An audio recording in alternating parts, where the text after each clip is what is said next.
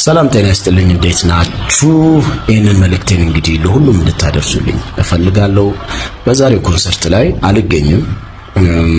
ሁለት ነገሮች ናቸው እንግዲህ እንድንገኝ ፈልጌ የነበረው። የመጀመሪያው ላይ እስካሁን ስንሰራበት የነበረው ያው ጀነሬት ከሚደረገው ኢንካም ላይ ለወገኖቻችን እንደርሳለን የሚለው ሐሳብ እንትን አድርጎ ነበር። ኦኬ በሙያችን ማገዝ የምንችል ከሆነ አይ ቲንክ ይሄ ጥሩ እንትን አለው ብዬ አስቤ ነበረ።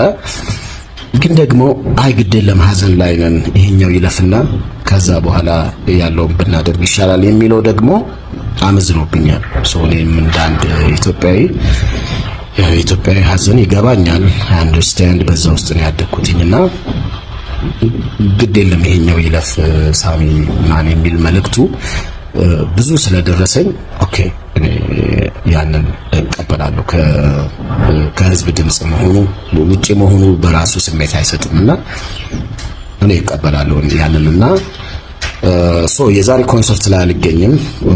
አዘጋጆቹን ኦፍ ኮርስ ከልብ ይቅርታ ልጠይቃለሁ። ይሄም ስለተፈጠረ ያላሰብነው ነገር ነው ሀፕን ያደረገውና ከአቅም በላይም ስለሆነ እናንተን ይቅርታ ጠይቃለሁ። ግን አዘ ሴም ታይም ደግሞ እዚህ ጋር የህዝብንም ጥያቄ ደግሞ ማክበር ያስፈልጋል። ከስሜትም አንፃር ከራሴም ካደኩበትም ነገር ጋር ሳላውሰው ሴንስ ይሰጣልና ይሄኛውን አድልቶብኛል እና እንግዲህ 10 ጊዜ ለካ አንድ ጊዜ ቁረጥ ነው የሚባለውና እስከ መጨረሻው በደንብ ላስብበት ሞክሬያለሁ።